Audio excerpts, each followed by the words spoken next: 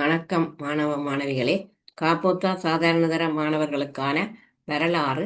இப்போ இதில் நாங்கள் ஒரு மாடல் பேப்பர் ஒன்றை எடுத்து செய்கின்றோம். அதாவது நேற்றைய வீடியோவில் பார்ட் 1 முழுமையாக இந்த மாடல் பேப்பரினுடைய வினாத்தாள் ஒன்று முழுமையாக பகுதி 1 செய்யப்பட்டிருந்தது. 40 வினாக்கள், அதற்குரிய விடைகளும் செய்திருந்தன. இன்றைக்கு அதே மாடல் பேப்பரினுடைய பகுதி 2 வினாக்கள் தான் இதில் செய்ய இருக்கிறேன். இந்த 12 வினாக்கள் செய்ய முதல் என்னுடைய லைவ் வீடியோக்கள், அதாவது வீடியோ தவிர்ந்த லைவாகவும் நான் இந்த வினாத்தாள்கள் செய்திருக்கிறேன். இப்பொழுது செய்து கொண்டிருக்கிற இந்த 12 பேப்பரினுடைய முழுமையான அந்த லைவ் ஒன்று இதில் போட்டிருக்கிறேன். இதுக்கு முதல் அதில் போனீங்கன்னா அதற்கான லிங்க் ஒன்று போட்டு விடுறேன். அதில் நீங்கள் இந்த பேப்பருடைய முழுமையான அந்த 9 வினாக்களையும் பார்த்து அதற்குரிய விடைகளை அறிந்து கொள்ள முடியும். அப்போ இதில் நான் இன்றைக்கு இதில் காணப்படுகிற அரைவாசி வினாக்கள் இதில் செய்து விடுகிறேன் இன்றைய வீடியோவில். அப்போ இன்றைக்கு நாங்கள் இந்த வகுப்பில் நீங்கள் இந்த சேனலுக்கு புரிதென்று சொன்னால் லைக் பண்ணி ஷேர் பண்ணி மறக்காமல் சப்ஸ்கிரைப் பண்ணுங்க. வாங்க இன்றைய வீடியோவுக்குள்ளே போவோம். இப்போ நேற்றைய பார்ட் 1 அது முடிஞ்சது, 40 வினாக்கள். இன்றைக்கு நாங்கள் பகுதி 2 எடுப்போம். பகுதி 2 உங்களுக்கு தெரியும். அதில் பகுதி 1 வினா கட்டாயமானது. அதில் இலங்கப்படத்தில் 12 இடங்கள் 12 புள்ளிகள், உலகப்படம் 6 இடங்கள் 6 புள்ளிகள், அதே போல் அதில் ஏபிசிடி கூற்றுகள் 4 புள்ளிகள், அதே போல் 2 படங்கள் தருவார்கள். அதாவது தரம் 10 இருந்து ஒரு படமும் தரம் 11 இருந்து ஒரு படமும். அப்போ ஆகவே இங்கே நாங்கள் முழு புள்ளிகளை என்ன கூட்டினோம்னு சொன்னால் 30 புள்ளிகளுக்குரிய பகுதி இந்த பகுதி 1 கட்டாய வினா பகுதி. ஆனபடியால் முதலாவது நாங்கள் இந்த படவேலை, அதாவது இலங்கப்படம் உலகப்படத்தில் என்னென்ன கேட்டிருக்கிறார்கள் இந்த மாடல் பேப்பரில். கீழே தரப்பட்ட வரலாற்று முக்கியத்துவம் வாய்ந்த இடங்கள் அனைத்தையும் வழங்கப்பட்டுள்ள இலங்கை புறவுருவப்படத்தில் குறித்து பெயரிடுக. அப்போ இதில் கேட்கப்பட்ட இடங்கள் தந்திருக்கிறேன். அதாவது வளவகங்கை, மற்றது மல்வத்து ஓயா, திசாவாவி, தேவநகர, கல்லோயா நீர்த்தேக்கம், திருக்கோணேஸ்வரம், வல்லிபுரம், பூநகரி மற்ற பிம்மதித்த என்று வரணும். பிம்மதித்த, மாகம, யோதகால்வாய், பலன இவ்வளவு இலங்கப்படத்தில் குறிக்க சொல்லி கேட்டிருக்கிறேன். இப்போ ஆனபடியால் நாங்கள் இது எவ்வாறு இலங்கப்படத்தில் குறிப்பதுன்னு பார்ப்போம். இப்போ இதில் நான் ஒரு இலங்கப்படம் ஒன்று போட்டிருக்கிறேன். இதில் இந்த இலங்கப்படத்தை எடுத்தோம்னு சொன்னால், அதாவது இந்த இலங்கப்படம் அதாவது போட்டிருக்கேன். இதில் முழுமையாக இந்த இலங்கப்படத்தில் அந்த 12 இடங்களும் குறிக்கப்பட்டு இருக்கின்றது. அப்போ முதலாவது நாங்கள் பார்ப்போம். இதில் நாங்கள் மேலே இருந்து இலங்கையின் வட பிரதேசத்தில் இருந்து பார்ப்போம். முதலாவது வல்லிபுரம் என்றது இதில் இவ்விடத்தில் காணப்படுகிறது. இது வடபகுதி யாழ்ப்பாணம். இங்கே வல்லிபுரம் என்றது இலங்கையினுடைய கிழக்கு பக்கமாக இந்த இடத்துல நான் புள்ளடிட்டு இருக்கிறேன். இந்த பிரதேசம் வல்லிபுரம் என்று எழுதப்படும். அப்போ இதில் வல்லிபுரம் குறிக்க சொல்லி கேட்டிருக்கிறேன். அதே மாதிரி பூநகரி என்றது எடுத்தோம்னு சொன்னால், அதாவது இலங்கப்படத்தில் இவ்வாறு ஒரு முனைவு மாதிரி இவ்வாறு ஒரு வளைவு வரைக்கும் அந்த 2 கோட்டுக்கும் இடைப்பட்ட பகுதிக்குள்ள இது ஒரு டாட்ஸ் போட்டிருக்கிறேன். இந்த இடத்தை தான் சொல்கிறேன் பூநகரி என்று எடுக்கிறேன். அப்போ இதில் வல்லிபுரம் தெரியும், வடமாகாணத்திலான் இருக்கு. அதே போல் இதில் பூநகரி என்றதையும் நாங்கள் இந்த இடத்துல குறிச்சிருக்கிறேன். அதே மாதிரி இதில் ஒரு ஆறு ஒன்று வருது, பார்த்தா தெரியும் உங்களுக்கு. இந்த ஆறு ஏற்கனவே தெரியும், இது கனகராயன் ஆறு. இந்த ஆறு அதுலேயும் ஒரு குளம் இருக்குது, அது குறிக்க சொல்லி கேட்கல என்றாலும் இதில் நிறந்துட்டு இருக்குது. இது என்ன குளம்னு சொன்னால் இரணமடு குளம். ஆறு கனகராயன் ஆறு, அந்த ஆற்றை மறைத்து இதில் ஒரு குளம் கட்டப்பட்டிருக்கு. இந்த குளம் இரணைமடு குளம் என்று சொல்லி சொல்கிறோம் இந்த நிறந்துட்டப்பட்ட பகுதி. சரி, இப்போ நாங்கள் மற்ற இடங்களை பார்க்கறதுக்கு முதல் இந்த நதிகள் சரியான முறையில் தெரிந்தால் எந்தெந்த நதிக்கு கிட்ட எந்தெந்த இடங்கள் வருமென்றதை நாங்கள் இதில் அவதானிக்கக்கூடியதாக இருக்கும். அப்போ முதலாவது நாங்கள் இந்த நதிகள் இருக்கிற இடங்களை பார்த்தோம்னு சொன்னால், இப்போ எங்களுக்கு தெரியும் இதில் மல்வத்து ஓயா குறிக்க சொல்லி கேட்டிருக்கிறேன். அப்போ இதில் நாங்கள் இது மன்னர் இந்த பிரதேசம். இதில் முதலாவது இருக்கிற நதி இதில் மல்வத்து ஓயா. இதுதான் நாங்கள் அந்த கதம்ப நதி பழைய பெயர் சொல்கிறது. அப்போ மல்வத்து ஓயா குறித்து காட்ட சொல்லியிருக்கிறேன். அப்போ நாங்கள் ஒன்றில் மல்வத்தோயாண்டு இந்த வளைவில் எழுதியும் காட்டலாம், மல்வத்தோயாண்டு.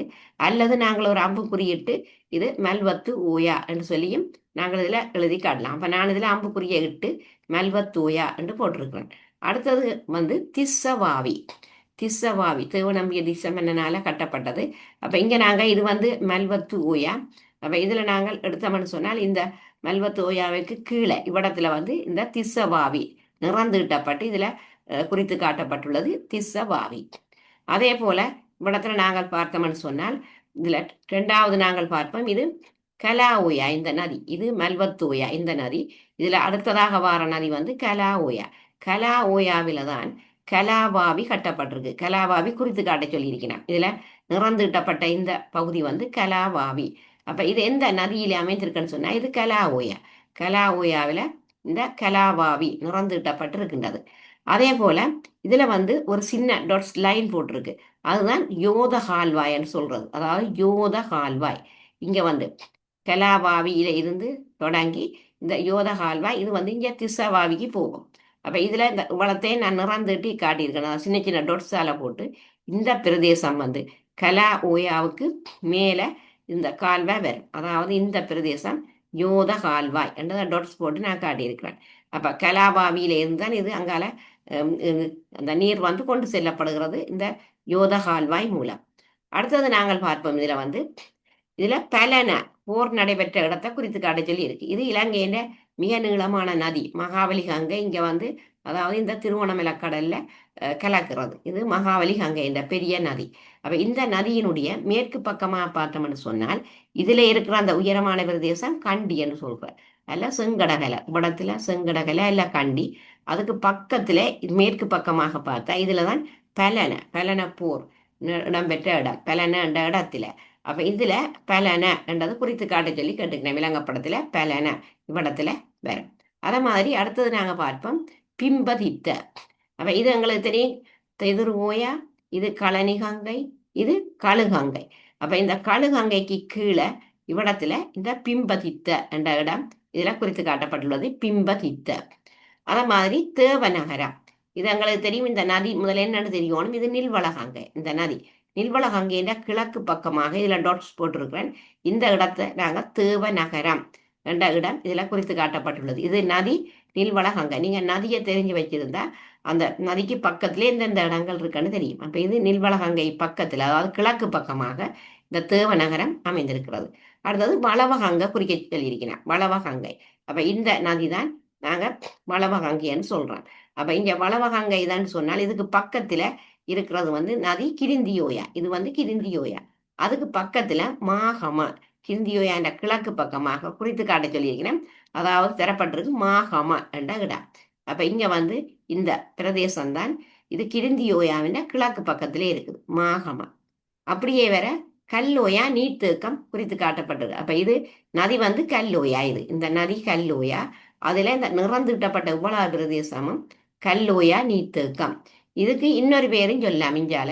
இதை வந்து சேரநாயக்கா சமுத்திரம் என்றும் சில நேரம் குறித்து காட்ட சொல்லி கேட்கலாம். இப்ப இந்த உலா நிறந்துட்டப்பட்ட இந்த பிரதேசத்தை நாங்க சேனநாயக்கா சமுத்திரம் என்றும் சொல்லலாம், அல்லது இந்த கல்லோயா நீர்த்தேக்கம் என்று கேட்டாலும் ரெண்டுக்கும் இந்த இடம்தான் அதுல நாங்க குறிக்க வேண்டிய இடம். ஆகவே இது கல்லோயா நீர்த்தேக்கம். அத மாதிரி திருக்கோணேஸ்வரம். அப்ப நாங்க இந்த மகாவலி அங்க திருவோணமலை கடல்ல கலக்கிறது. இவ்விடத்துல இங்கே திருவோணமலையெல்லாம் இந்த திருக்கோணேஸ்வரம் இருக்கிறது. அதாவது இந்த இடத்துல திருக்கோணேஸ்வரம் குறித்து காட்டப்பட்டுள்ளது. அப்ப ஆகவே எங்களுக்கு இந்த இலங்கப்படத்துல இந்த 12 இடங்கள் தரப்பட்டிருக்கு. அநேகமா இப்படியான இடங்கள்லாம் அடிக்கடி கூடுதலாக வர்றது. அப்ப இதுல நாங்கள் இப்ப பார்த்தோம்னு சொன்னா இப்படியும் எங்களுக்கு பரீட்சைக்கு வந்து 2 நதி கட்டாயம் பொதுவாகவே கேட்கப்படுகிறது, 2 நதி. இப்ப இதுல பார்த்தோம்னா இப்ப மல்வத்தோயா கேட்டிருக்கிறேன், அடுத்தது இங்க மலவகங்க, 2 நதி வந்திருக்கு.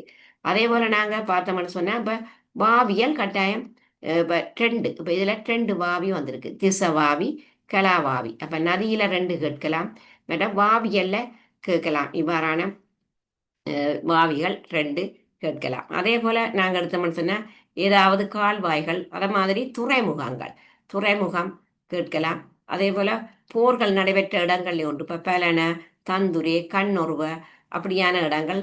அது மாதிரி நீர்த்தேக்கம் சம்பந்தமாக இப்ப கல்லோயா நீர்த்தேக்கம், விக்டோரியா நீர்த்தேக்கம், ரந்தனிகள நீர்த்தேக்கம், ரந்தம்பர் நீர்த்தேக்கம். அப்ப அதுல அப்படி ஏதாவது உண்டு. அப்ப இப்படித்தான் இந்த இடங்கள் வந்து இங்க உங்களுக்கு கேட்கப்படுகின்றது. வானபடியால் இதில் 12 இடங்களும் இந்த படத்தில் குறித்து காட்டப்பட்டுள்ளது. அடுத்தது நாங்கள் பார்ப்போம் உலகப்படம். இந்த உலகப்படத்தில் கேட்கப்பட்ட இடங்களை நாங்கள் பார்ப்போம். அதாவது கீழே தரப்பட்டுள்ள வரலாற்று இடங்கள் அனைத்தையும் வழங்கப்பட்ட உலகப்புற உருவப்படத்தில் குறித்து பெயரிடுக. முதலாவது டோக்கியோ. இது வந்து ஆப்பிரிக்கா கண்டத்தை உள்ளடக்கியதான ஒரு படம். இங்கே ஆப்பிரிக்கான்னு வந்திருக்கிறேன். இது வந்து இந்து சமுத்திரம், இந்தியன் ஓஷன். அப்படி ஒரு மெப்பை தந்து உங்களுக்கு முதல் இந்த இடத்தை சரியா ஐடென்டி பண்ணணும். இது என்ன படம் பண்ணுறது. சில நேரம் ஐரோப்பா கண்டத்தின் இந்த ஒரு அந்த ஆப்பிரிக்கா கண்டத்தின் ஒரு பகுதியை தந்துட்டு இந்தியாவில் ஆசிய படம்னு சொல்லியும் தரலாம். அப்போ இந்த படத்தில் ஆப்பிரிக்கா கண்டம் தந்து தான் இதில் தந்திருக்கணும். அப்போ இந்த படத்தை வச்சுக்கொண்டு நாங்கள் முதல் படத்தில் வந்து ஒரு சரியான ஒரு அமைவிடங்கள் என்னென்ன இருக்கின்றதை பார்த்துக்கொண்டு இடங்களை குறிக்கலாம். இப்போ பார்ப்போம். இது ஆப்பிரிக்கா கண்டம் இதில் இருக்கிறது. அதை மாதிரி இந்த கடல் மத்தியதர கடல். இவ்வளவும் எடுத்தோம்னு சொன்னால் இது மத்தியதர கடல். அதே போல் இப்போ கருங்கடல் கேட்டிருக்கிறேன். இதுதான் அந்த கருங்கடல். இதில் குறிக்க சொன்ன இடத்துல ஒன்று கருங்கடல். இது கருங்கடல், இவ்வளவும் கருங்கடல். அதே மாதிரி இது பக்கத்தில் இருக்கிற இந்த கடல் கஸ்பியன் கடல்னு சொல்கிறது. இது கஸ்பியன் கடல். அதே மாதிரி இந்த கடலை நாங்கள் எடுத்தோம்னு சொன்னால் இது வந்து ஏரல் கடல்னு சொல்கிறோம். ஏரல் கடல். கடல்களை இதில் பார்த்தோம்னா அதே மாதிரி இந்த கடலை நாங்கள் எடுத்தோம்னு சொன்னால் இது செங்கடல். இந்த பிரதேசம் முழுக்க நிறந்துட்டி விட்டோம்னா இது வந்து செங்கடல் என்று சொல்லி எடுக்கிறோம். அப்போ அதுக்குள்ள இங்கால இருக்கிற பிரதேசம் அரபிக்கடல். இந்த கீழ்ப்பகுதி வந்து அரபிக்கடலை குறிக்கின்றது. அப்போ இந்த முறை இப்போ பிப்ரவரியில் நடந்த ஓயல் பரீட்சையில் இந்த கடல் கட்டவர், அதாவது பால்டிக் கடல், இதுதான் இந்த முறை பரீட்சைக்கு வந்த கடல். அதாவது பால்டிக் கடல் என்றது இந்த முறை வந்த ஒரு கடலாக கருதப்படுகின்றது. இது பரீட்சைக்கு வந்தது இந்த கடல். அப்போ கட்டாயம் உலகப்படத்தில் கடல் ஏதாவது கட்டாயம் குறிக்க வரும் கடல்கள். அதே மாதிரி இப்போ நாங்கள் அடுத்தது வந்திருக்கிறோம் டோக்கியோ. இங்கே இருக்கு ஜப்பான் தலைநகரம். அப்போ இந்த பிரதேசம் இது வந்து ஜப்பான். இது அப்போ ஜப்பான் தலைநகரம் தான் டோக்கியோ. இவ்விடத்தில் அந்த டோக்கியோவை நான் இதில் குறித்து காட்டியிருக்கிறேன். அதே மாதிரி இங்கே வந்து சென்னை. சென்னை அது வந்து இது இந்திய உபகண்டம். இதில் கீழே இருக்கிறது இலங்கை.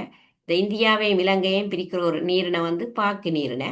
அப்போ அதுக்கு பக்கத்தில் நாங்கள் இந்தியாவின் கிழக்கு பக்கமாக இந்த சென்னை குறித்து காட்டப்பட்டுள்ளது. சென்னை அல்லது வந்து மெட்ராஸ் என்று கேட்கலாம். மெட்ராஸ் அல்லது சென்னை. அதே மாதிரி இந்தியாவின் மேற்கு பக்கமாக கோவா. இதுவும் அநேகமாக பரீட்சைக்கு வர ஒரு இடம்தான். அதாவது கோவா இந்த இடத்துல நாங்கள் அதை குறிக்க வேண்டும்.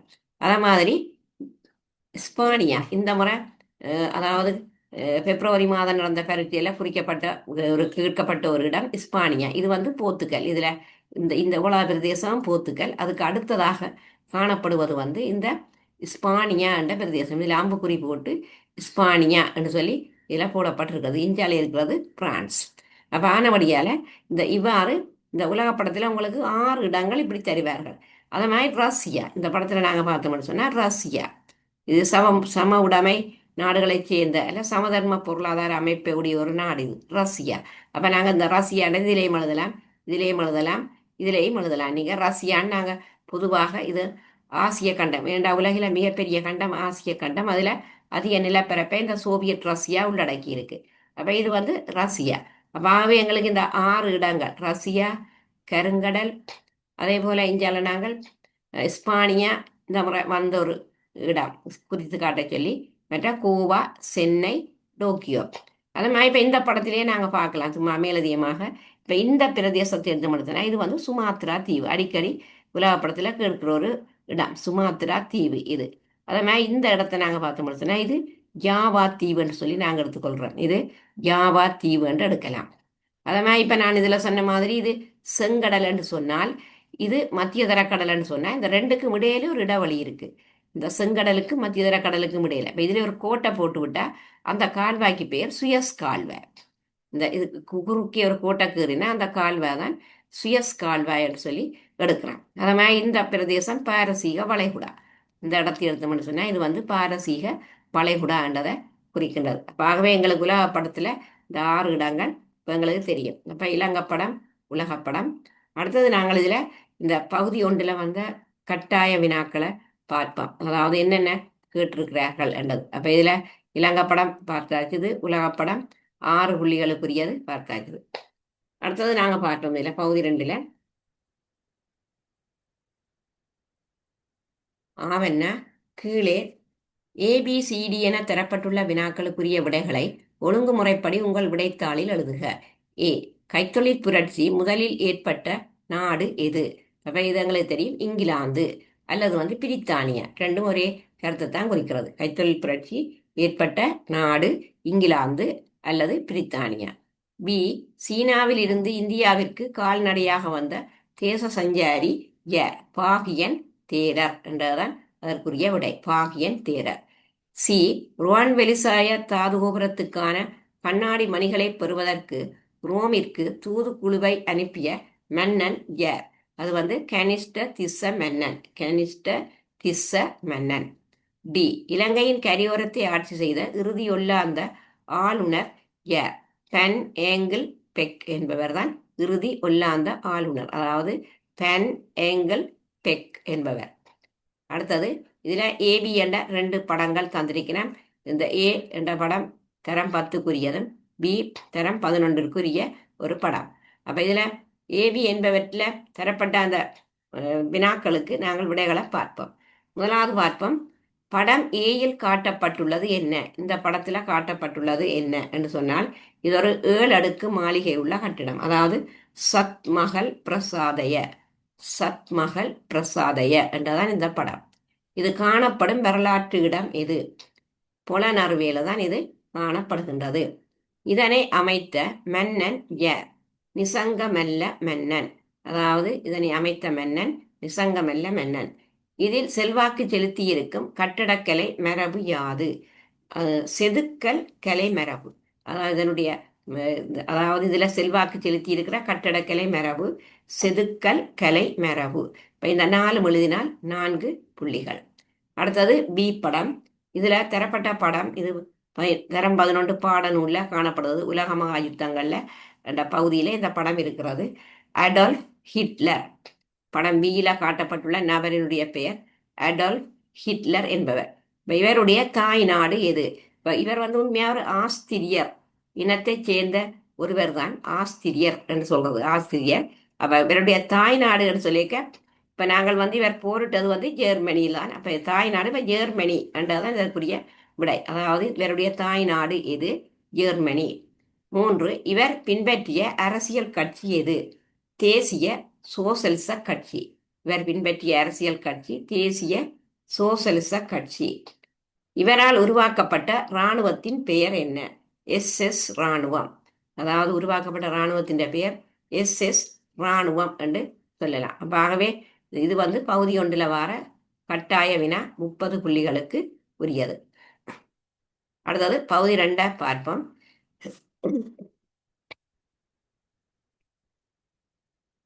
பகுதி 2, கோட்டை ராசதானி முதல் கண்டி ராசதானி வரையிலான காலப்பகுதி பற்றிய வரலாற்றை அறிந்து கொள்ள உதவும் காவியங்கள் தருக. அப்போ இதில் 3 காவியங்கள், ஏன்னா 3 புள்ளி என்றபடியால 3 காவியங்கள்.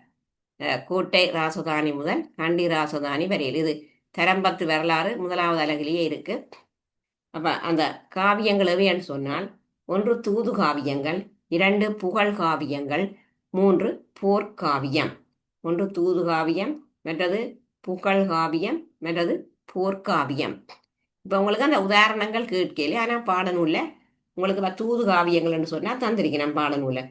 மயூர சந்தேச, திசர சந்தேச, செலலிகினி சந்தேச, இவ்வளவும் தூது காவியம். அதே மாதிரி இப்போ புகழ் காவியம்ன்றதுக்கு உதாரணம் பரகும்ப சிரித்த. இது நீங்கள் எழுத தேவையில்லை, நீங்கள் 3 காவியத்தின பேரை சொன்னா சரி. நான் இப்போ விளக்கத்துக்கு சொல்கிறேன். புகழ் காவியம் பரகும்ப சிரித்த. அதே மாதிரி இப்போ போர்க்காவியம்னு சொல்லியிருக்க பாடநூலியே இருக்கு. சீதாவாக்க சட்டன, இங்கிரி சட்டன, கான்ஸ்டந்தினு சட்டன. அப்போ இதெல்லாம் போர்க்காவியங்களாக கருதப்படுகிறது. அப்போ எங்களுக்கு கேட்ட கேள்விக்கு நான் காவியம் 3 பேரையும் சொன்னால் சரி. தூது காவியங்கள், புகழ் காவியம், போர்க்காவியம். 2வது, இலக்கிய மூலாதாரங்களை பயன்படுத்தும் போது கவனத்தில் கொள்ள வேண்டிய விடயங்கள் 4 தருக.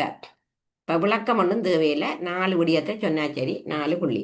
1, நூல் எழுதப்பட்ட காலம்.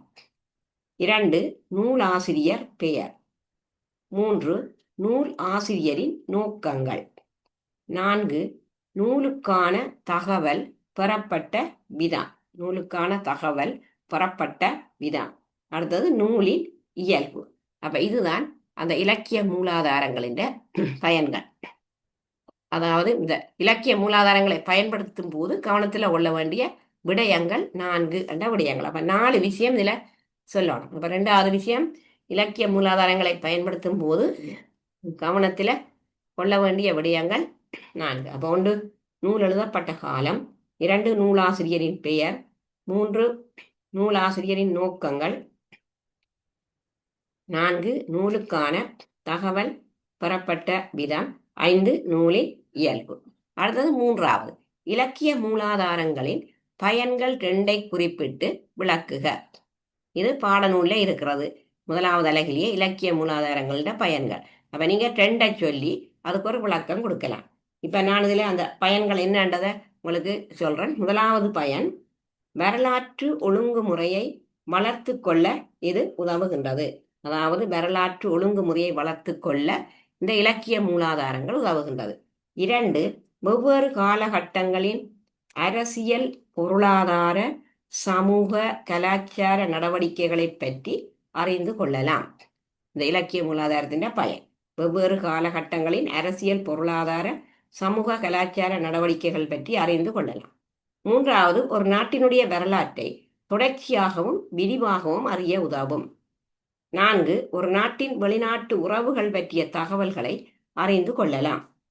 5, மொழி, எழுத்து வளர்ச்சி பற்றி அறிய உதவும். அப்ப இது எல்லாமே இலக்கிய மூலாதாரங்களின் பயன்கள். அப்ப நான் இதுல 5 பயன்கள் சொல்லியிருக்கிறேன். நீங்கள் பாடநூல்ல அதனுடைய விளக்கங்களோ வண்டுக்கும் போது எப்படி அந்த வரலாற்று ஒழுங்குமுறை அது வளர்த்து கொள்ள உதவுகின்றது, மற்ற ஒரு நாட்டின் வரலாற்றை தொடர்ச்சியாக விரிவாக அறிய உதவுகிறது. அப்ப அந்த விளக்கத்தை நீங்கள் அந்த மிகுதி 3 புள்ளிக்கு நீங்க அதற்குரிய விளக்கத்தை கொடுக்க வேண்டும். அடுத்தது 4வது பார்ப்போம், தொல்பொருள் மூலாதாரங்கள் அழிவடைவதற்கான காரணங்கள் 3ஐ குறிப்பிட்டு விளக்குக.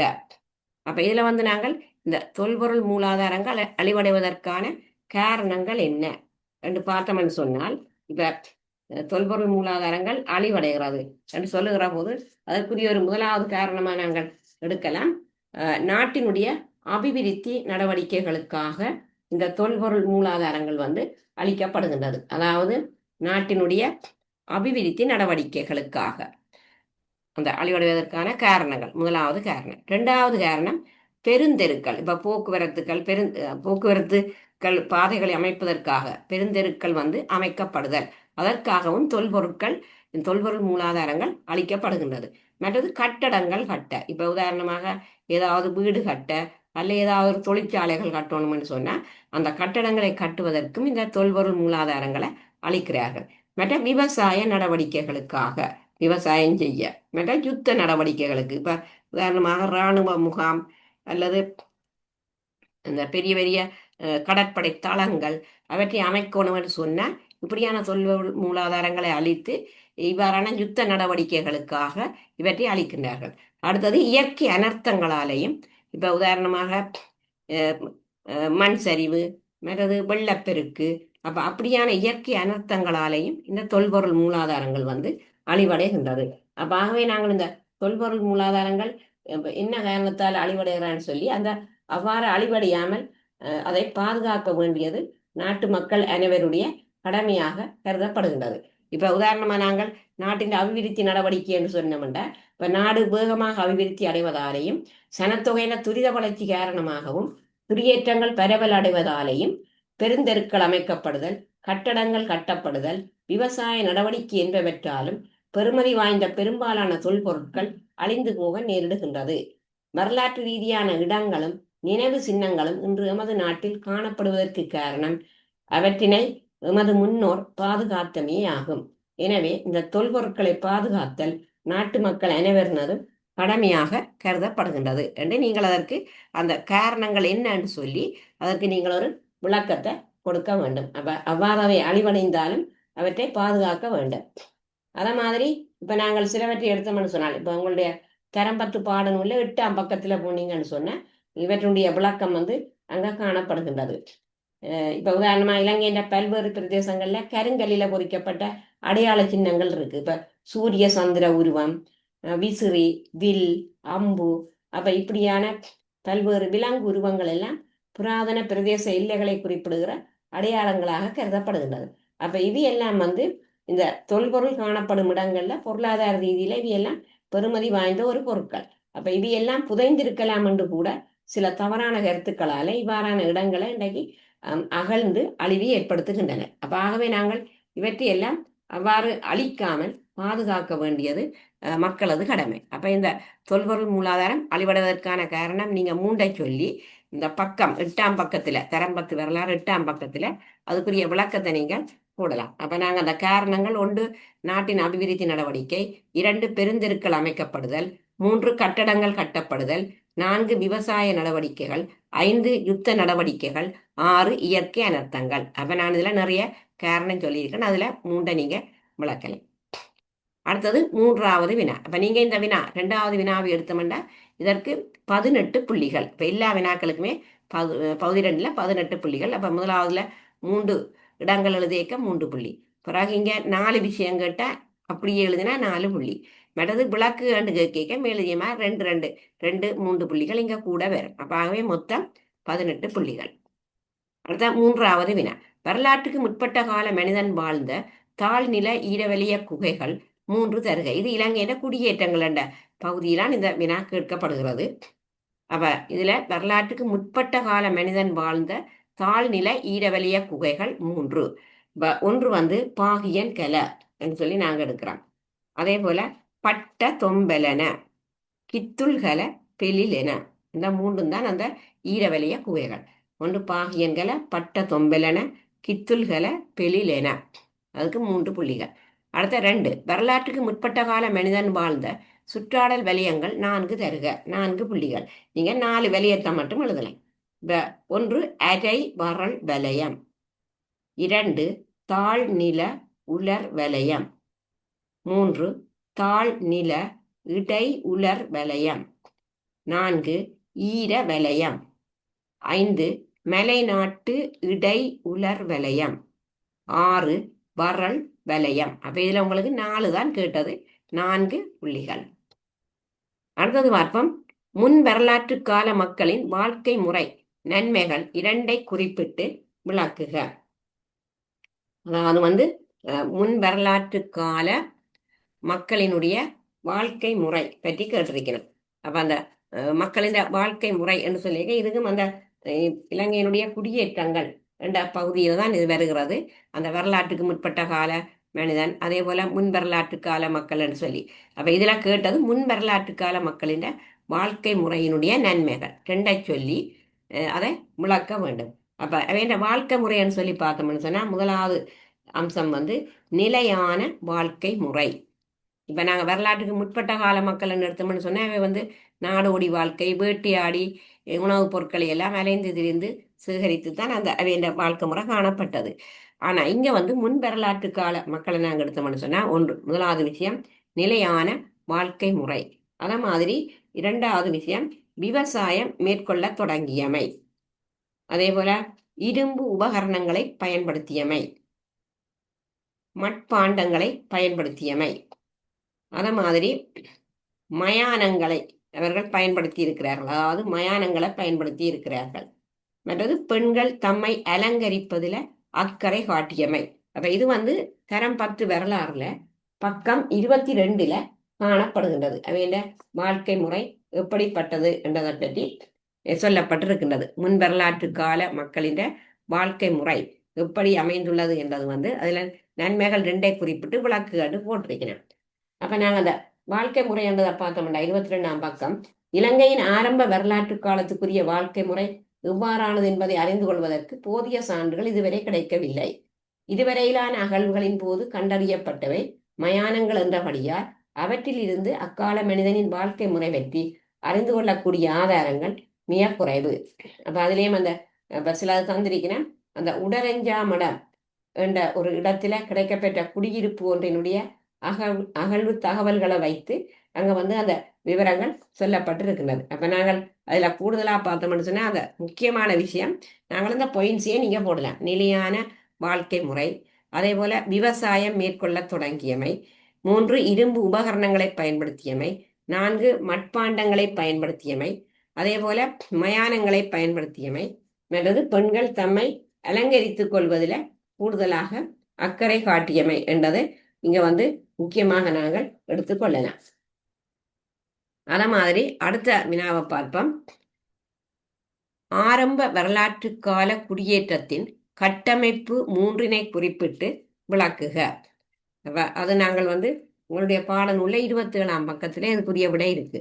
ஆரம்ப வரலாற்று கால குடியேற்றத்தின் கட்டமைப்பு மூன்றை குறிப்பிட்டு விளக்குக.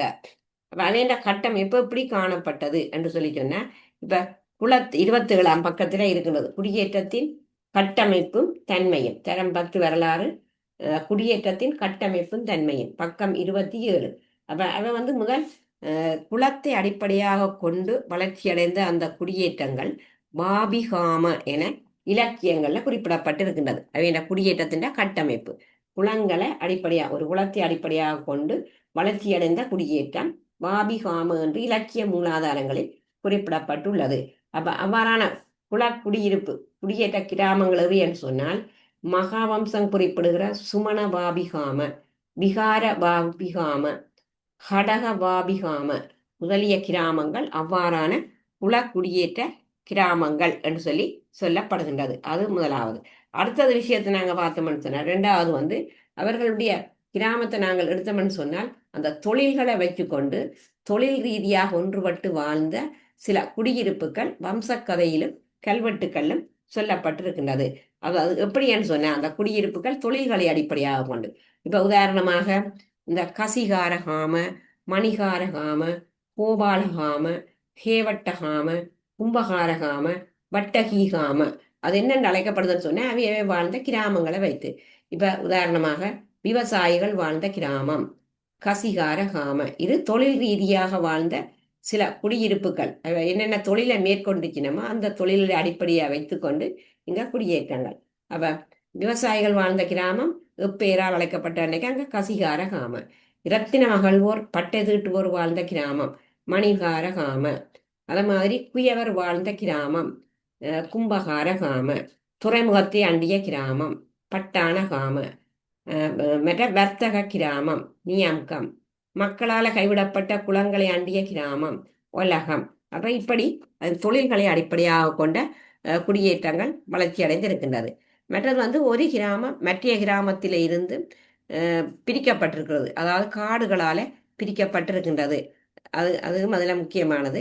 அதுலேயும் பொதுவாக ஒரு கிராமத்தில் 5 அல்லது 6 பேர் கொண்டதாக அந்த குடும்பங்கள் காணப்படுகிறது. 28ஆம் பக்கம் பொதுவாக கிராமம் ஒன்றில் 5 அல்லது 6 குடும்பங்களை வசித்தார்கள்.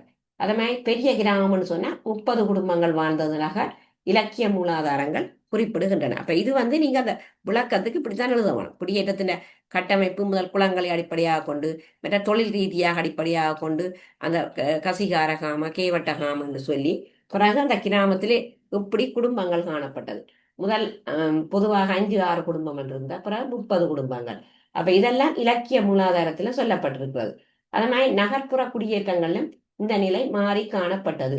இப்ப சில நகரங்களை அண்மித்த பகுதிகளை நாங்க பார்த்தோம்னு சொன்னால், இப்ப பண்டைய மாகம நகரிலும் அதனை அண்மித்த நகரத்திலேயும் குறைந்தது 35,000 பேரளவில் வாழ்ந்ததாக சொல்லப்பட்டிருக்கின்றது. அதிலேயும் அந்த பெரிய நகர குடியேற்றங்களை குறிக்க புறம் என்ற சொல்லு பயன்படுத்தப்பட்டு இருக்கின்றது. அப்ப இப்படித்தான் அவர்களுடைய அந்த குடியேற்ற கட்டமைப்பு வந்து காணப்பட்டது. அப்ப இதுக்கு நீங்க இப்படி ஒரு பெரிய விளக்கம் கொடுக்க இதற்கு வந்து 6 புள்ளிகள் வந்து இதற்கு வழங்கப்படும். அடுத்த வினா 4வது வினாவை பார்ப்போம். முன் வரலாற்று கால விஞ்ஞான அறிவை வெளிப்படுத்தும் தொழில்நுட்பங்கள் 3ஐ குறிப்பிடுக. அதாவது முன் வரலாற்று கால விஞ்ஞான அறிவை வெளிப்படுத்தும் தொழில்நுட்பங்கள் 3. முதலாவது தொழில்நுட்பம் உலோகமாக இரும்பை பயன்படுத்தும் தொழில்நுட்பம் 1. அதாவது உலோகமாக இரும்பை பயன்படுத்தும் தொழில்நுட்பம். அதே போல 2வது நாங்கள் எடுத்தோம்னு சொன்னா மணிகள் செய்யும் தொழில்நுட்பம் 2வது தொழில்நுட்பம்.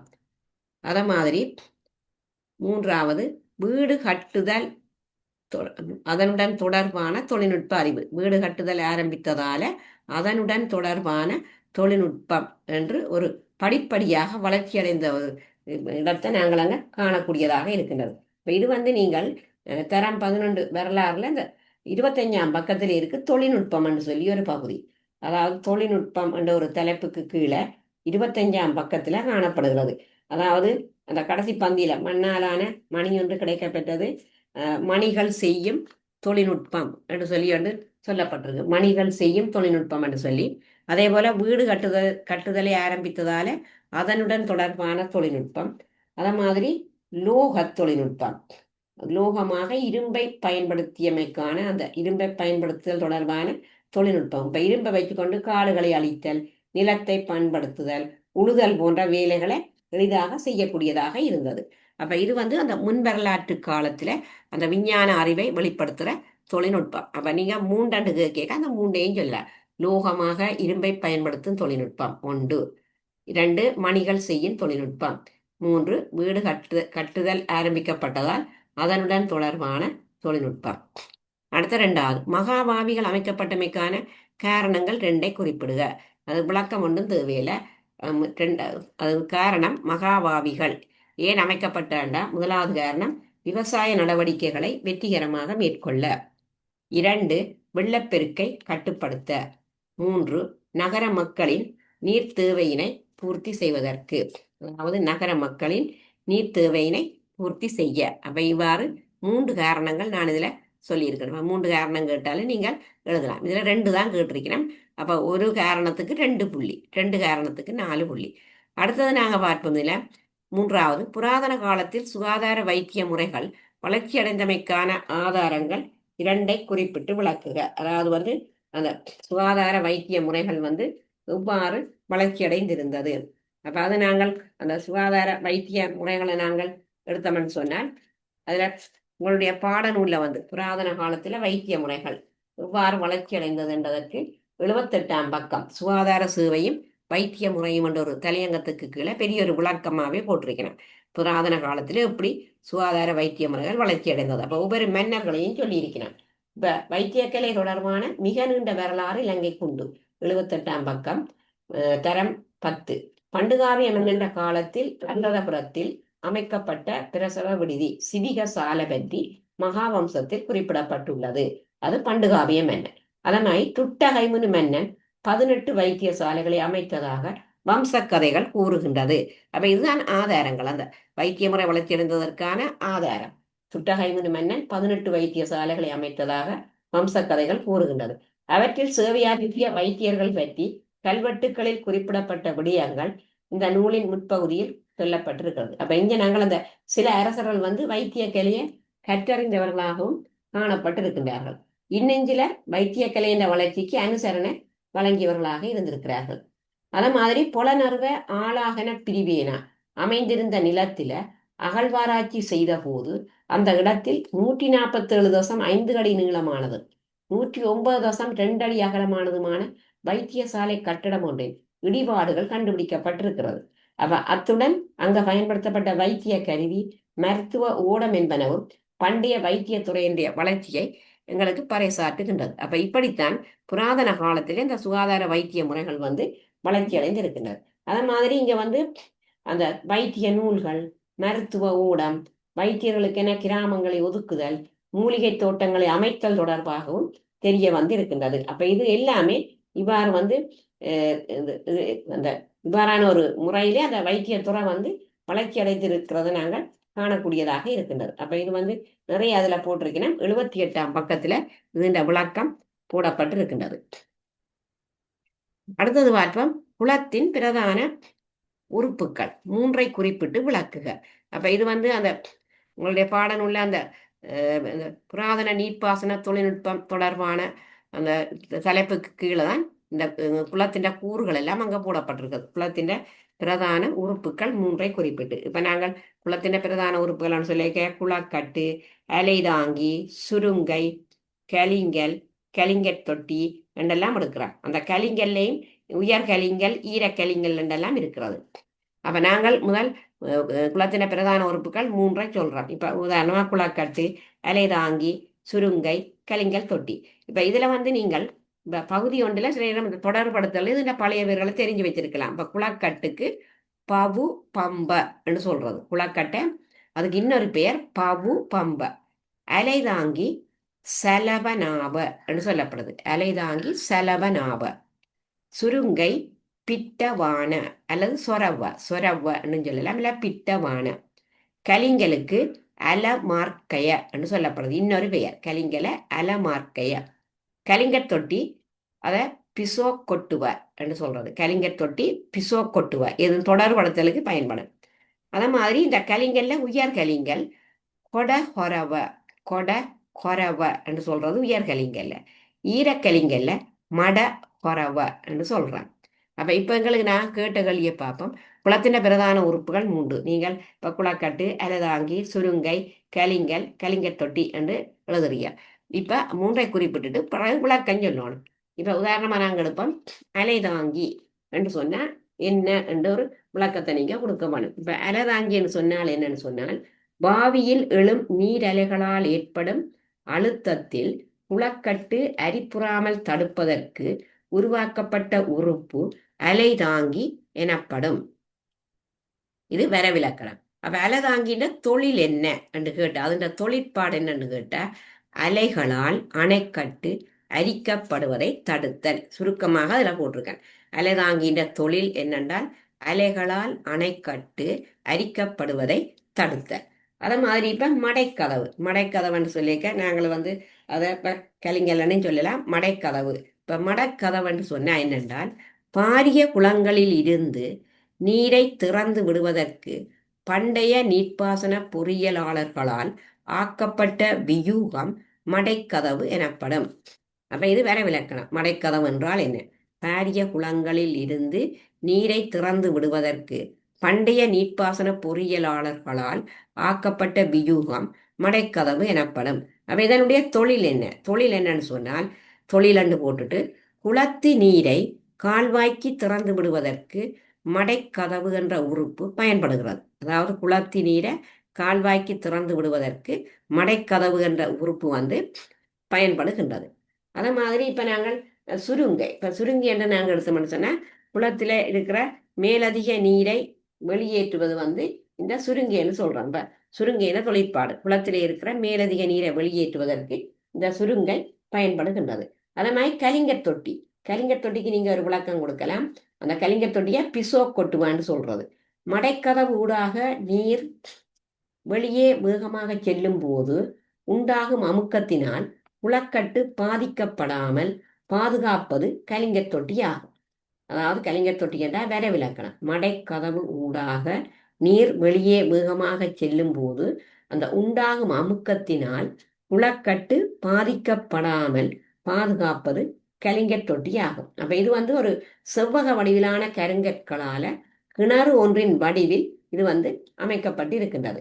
அப்ப இதை நாங்கள் பிசோ கட்டுவான்னு சொல்றோம்.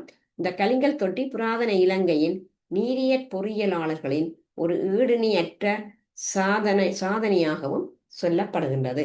அப்ப அப்படி நீங்கள் இந்த குளத்தின் பிரதான உறுப்புகளை 3 சொல்லி பிறகு அதற்கு ஒரு விளக்கம் கொடுக்க உங்களுக்கு அந்த விளக்கத்துக்கு உங்களுக்கு 6 புள்ளிகள் வழங்கப்படும். அப்ப ஆகவே இதுவும் 18 புள்ளிகள். அடுத்த இது அந்த தரம்பத்துல தென்மேற்கு நோக்கி இடம்பெயர்ந்த அந்த ராசதானிகள் என்ற பாடத்துல தான் இந்த கேள்வி இதுல வருகின்றது. இப்ப முதலாவது பார்ப்போம். முதலாவது நகராக்க நகரங்கள் 3 தகருக.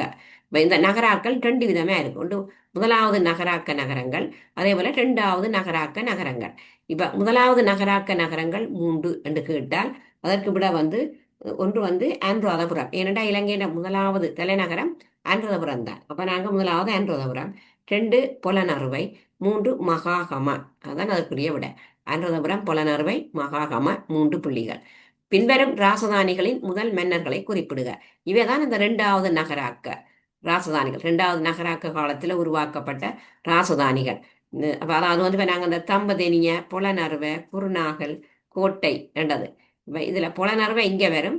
இது தம்பதெனிய, குருநாகல், யாப்பகுவ, கம்பளை, கோட்டை. அதுதான் 2வது நகரமாக்கல். பொலனறுவை இங்க வந்துடும் முதலாவது நகராக்க நகரத்துக்குள்ள. அப்ப இங்க நாங்கள் இதை பார்த்தோம்னு சொன்னால், இந்த ராசதானிகளுடைய முதல் மன்னர்கள் என்றதை நாங்கள் எடுத்துக்கொள்வோம். இதுல பொலனறுவியை தலைநகராக்கிய மன்னன் முதலாம் விஜயபாகு மன்னன். அதே போல தம்பதனியாவை தலைநகராக்கிய மன்னன் 3ஆம் விஜயபாகு மன்னன். அதாவது தம்பதனியாவை தலைநகராக்கிய மன்னன் 3ஆம் விஜயபாகு. குருநாகல் ராசதானியை தலைநகராக்கிய மன்னன் 2ஆம் புவனேக பாகு. அதே போல கோட்டையை தலைநகராக்கிய மன்னன் 6ஆம் பராக்கிரம பாகு மன்னன். அப்ப இதுல நாங்கள் இவ்வாறு அந்த 4க்கும் இங்க 4 புள்ளிகள் இதுல வழங்கப்படுகின்றது. அப்ப இதை நீங்கள் அந்த ராசதானிகள் என்ற ஒரு பாடத்துல நாங்கள் போனோம்னு சொன்னால் இந்த ராசதானிகள் என்ற பாடம், அதாவது தரம் 10 வரலாறுல இது காணப்படுகின்றது. அந்த பாடத்துல பார்த்தோம்னு சொன்ன இதற்குரிய விடைகளை நீங்கள் அங்க காணக்கூடியதாக இருக்கும். அத மாதிரி நாங்கள் இதுல எடுத்துக்கொண்டோம்னு சொன்னா அடுத்ததாக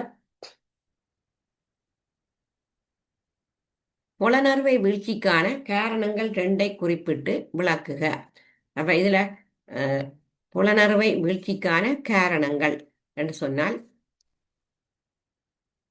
முதலாவது இந்த புலனறுவை வீழ்ச்சிக்கான காரணம்னு சொல்லியிருக்க 2 விதமான காரணம் இருக்கு. ஒன்று உடனடி காரணம், மற்றது ஏனைய காரணங்கள் என்று இருக்கிறான். உடனடி காரணம்ன்றது ஒன்று, மற்றது ஏனைய காரணங்கள். புலனறுவை வீழ்ச்சிக்கான உடனடி காரணம் தெரியும் உங்களுக்கு. அதாவது 1215 கிறிஸ்துவுக்கு பின் 1215 கலிங்க மாகனின் படையெடுப்பு, அதுதான் புலனறுவை வீழ்ச்சிக்கான உடனடி காரணம் என்று எடுக்கிறான்.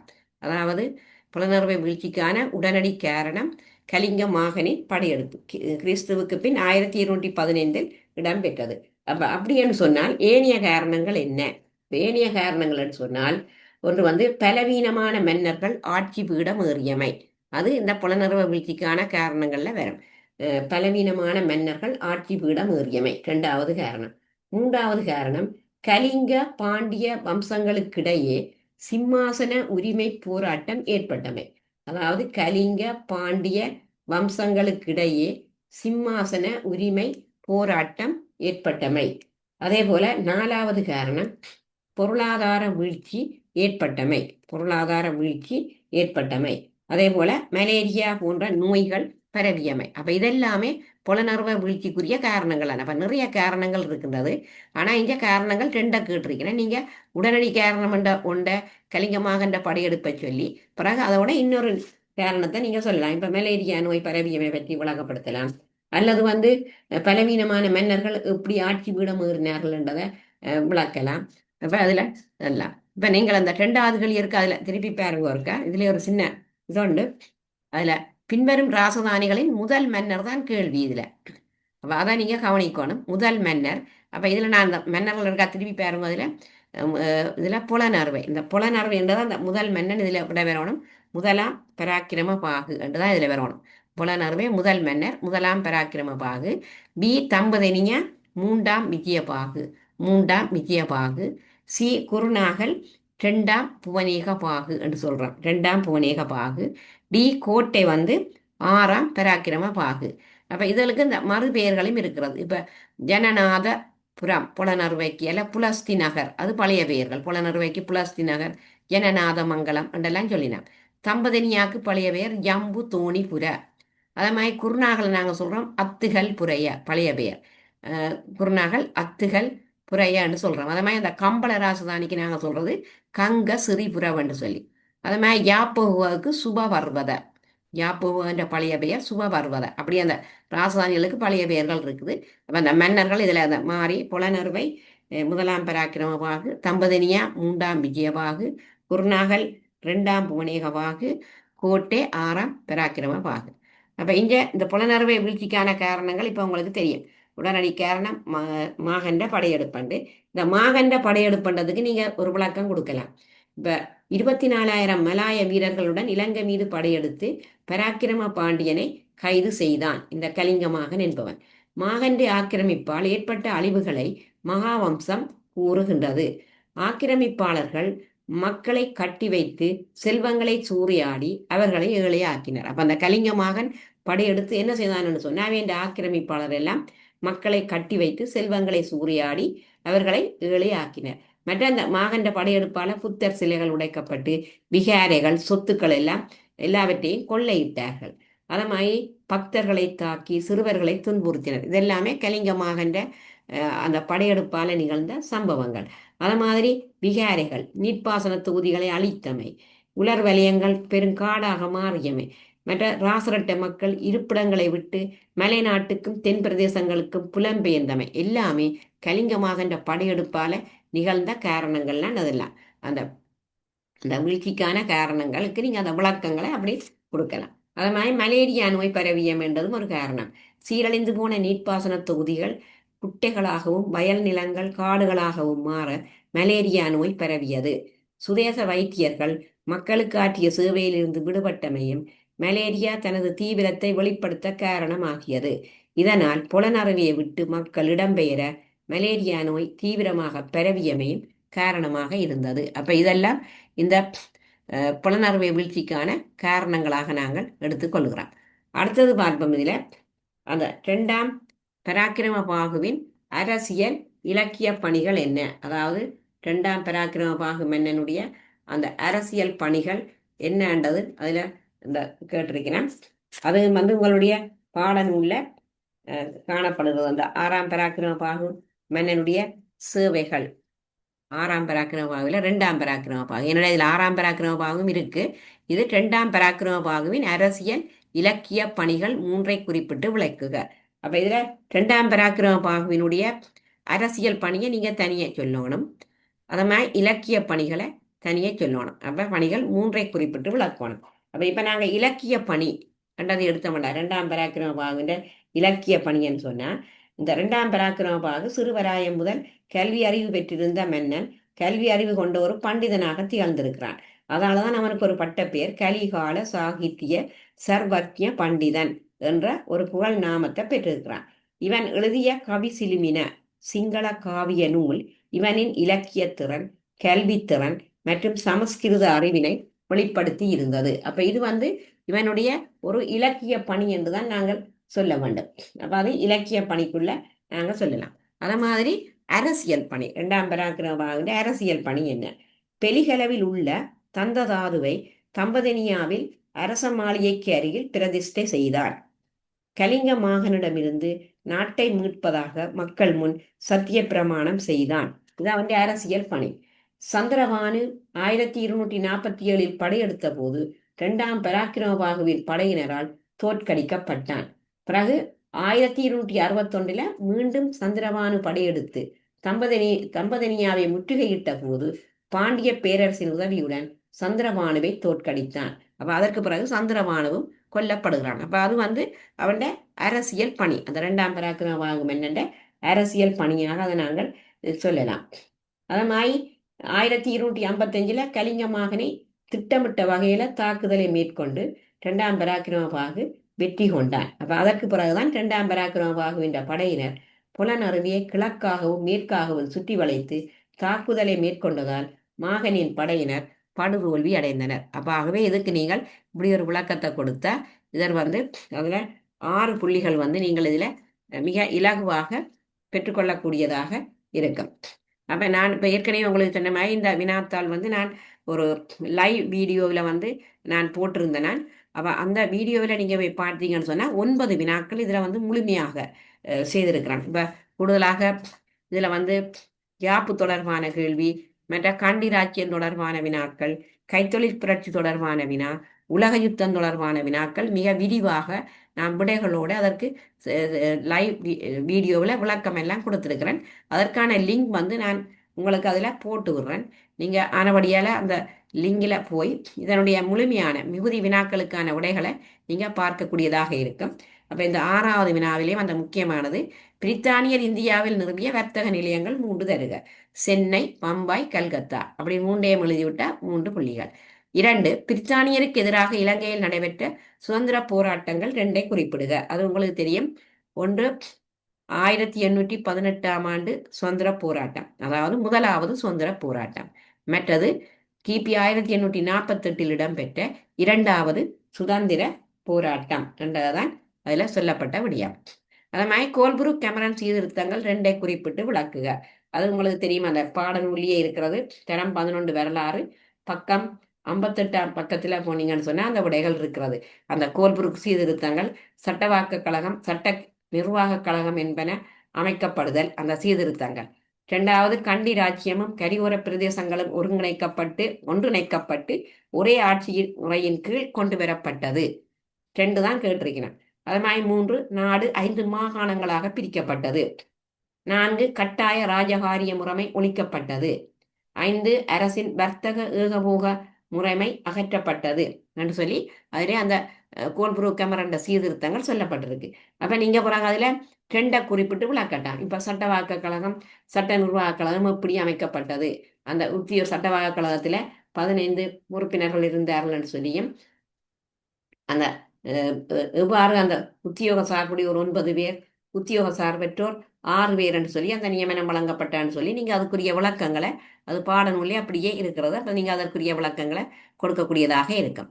அப்ப ஆகவே இந்த வினாக்கள் தொடர்பான மிக விரிவான விடைகளை வந்து நான் அதற்குரிய அந்த லைவ்ல போட்ட லிங்க் போட்டுக்கிறேன். மற்ற என்னுடைய அந்த லைவ்ல போனீங்கன்னு சொன்னா நிறைய பாஸ் பேப்பர்களும் செய்திருக்கிறேன், வினாக்கள் விடைகளோட செய்திருக்கிறேன். அதுலேயும் நீங்கள் அந்த பாஸ் பேப்பர்கள் தொடர்பான ஒரு முழுமையான பயிற்சியை பெறுவதற்கு என்னுடைய அந்த லைவ் வீடியோவும் உங்களுக்கு மிகவும் பயனுள்ளதாக இருக்கும்.